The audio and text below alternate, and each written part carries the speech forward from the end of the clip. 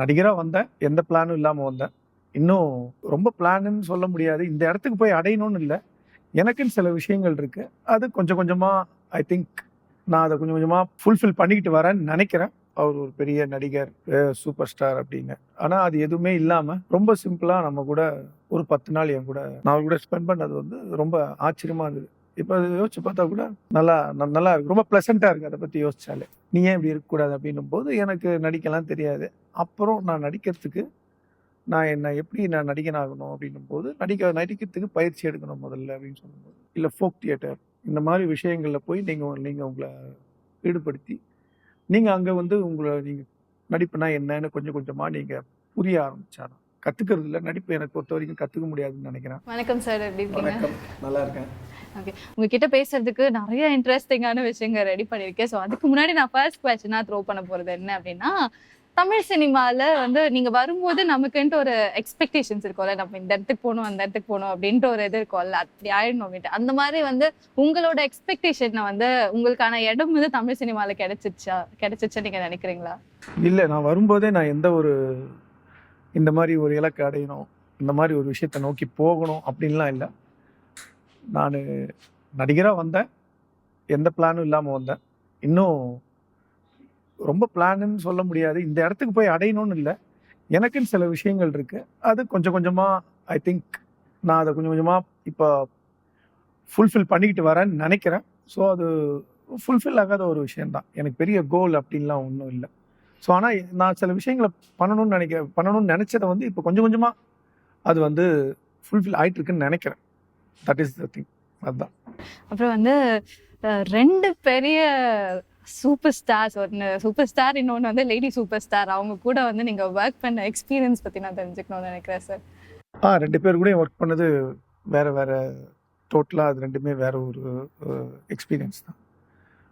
நம்ம super star கூட work பண்ணது வந்து ரொம்ப அதான் நான் நிறைய பேட்டியில் சொன்ன மாதிரி தான், ரொம்ப அமேசிங்கான எக்ஸ்பீரியன்ஸ், வெரி சிம்பிள்.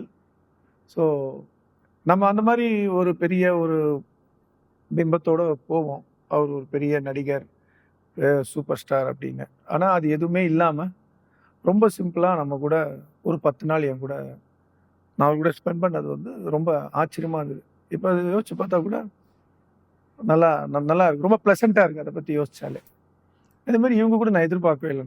நான் அவங்ககிட்ட அவ்வளோ பெருசாக பேசிக்கல, பட் ஆனால் அவங்க வந்து ரொம்ப தரோ ப்ரொஃபஷ்னல், ரொம்ப கரெக்டாக அவங்க வேலையை பார்ப்பாங்க. இப்போ வந்து சார்ல்ஸ் வினோத் அப்படின்ற பேர் வந்து தமிழ் சினிமால ரொம்பவே பிரபலமான பேரா இருக்கு. பிரபலம்லாம் இல்லை, சும்மா தெரிஞ்சவங்களுக்கு கொஞ்சம் பேர் தெரியும். ஸோ நீங்க வந்து சினிமாவுக்கு வர்றதுக்கு முன்னாடி என்னெல்லாம் பண்ணிட்டு இருந்தீங்க அப்படின்ட்டு தெரிஞ்சுக்கலாமா சார்? சினிமாவுக்கு வர்றதுக்கு முன்னாடி நான் வந்து நார்மலாக வேறு 9 to 5 ஜாப் தான் வேலை பண்ணிகிட்டு இருந்தேன். ஒரு ஷிப்பிங் கம்பெனியில் கிளியரிங் அண்ட் ஃபார்வர்டிங்ன்ற இதில் வந்து நான் வந்து வேலை பண்ணிக்கிட்டு இருந்தேன். ஒரு 8 வருஷம் அதில் தான் வேலை செஞ்சேன். காலேஜ் முடித்து, கல்லூரி முடித்து நான் வந்து அங்கே தான் வேலை செஞ்சேன்.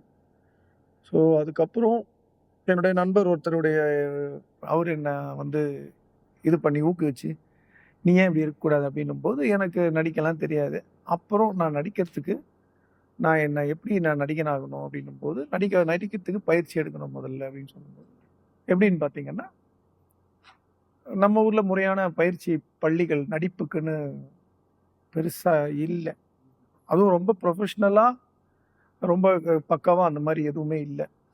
ஸோ நீங்கள் ஒன்று எப்படி பண்ணணுன்னா, ஒன்று மேடை நாடகங்கள், தியேட்டர், அதாவது அந்த மாதிரி மேடை நவீன நாடகங்கள், இல்லை ஸ்ட்ரீட் தியேட்டர், இல்லை ஃபோக் தியேட்டர், இந்த மாதிரி விஷயங்களில் போய் நீங்கள் உங்களை ஈடுபடுத்தி நீங்கள் அங்கே வந்து நீங்கள் நடிப்புனா என்னன்னு கொஞ்சம் கொஞ்சமாக நீங்கள் புரிய ஆரம்பிச்சாலும் கற்றுக்கிறது இல்லை. நடிப்பு எனக்கு பொறுத்த வரைக்கும் கற்றுக்க முடியாதுன்னு நினைக்கிறேன். ஏன்னா நீங்கள் கொஞ்சம் கொஞ்சமாக சில விஷயங்கள் உங்களுக்கு புரிய ஆரம்பிக்கும் உங்களுக்கு. ஸோ அப்படி புரிய ஆரம்பித்து அதுக்கப்புறம் நான் நாடகத்துலேருந்து அப்படியே சினிமாவுக்கு வந்தேன்.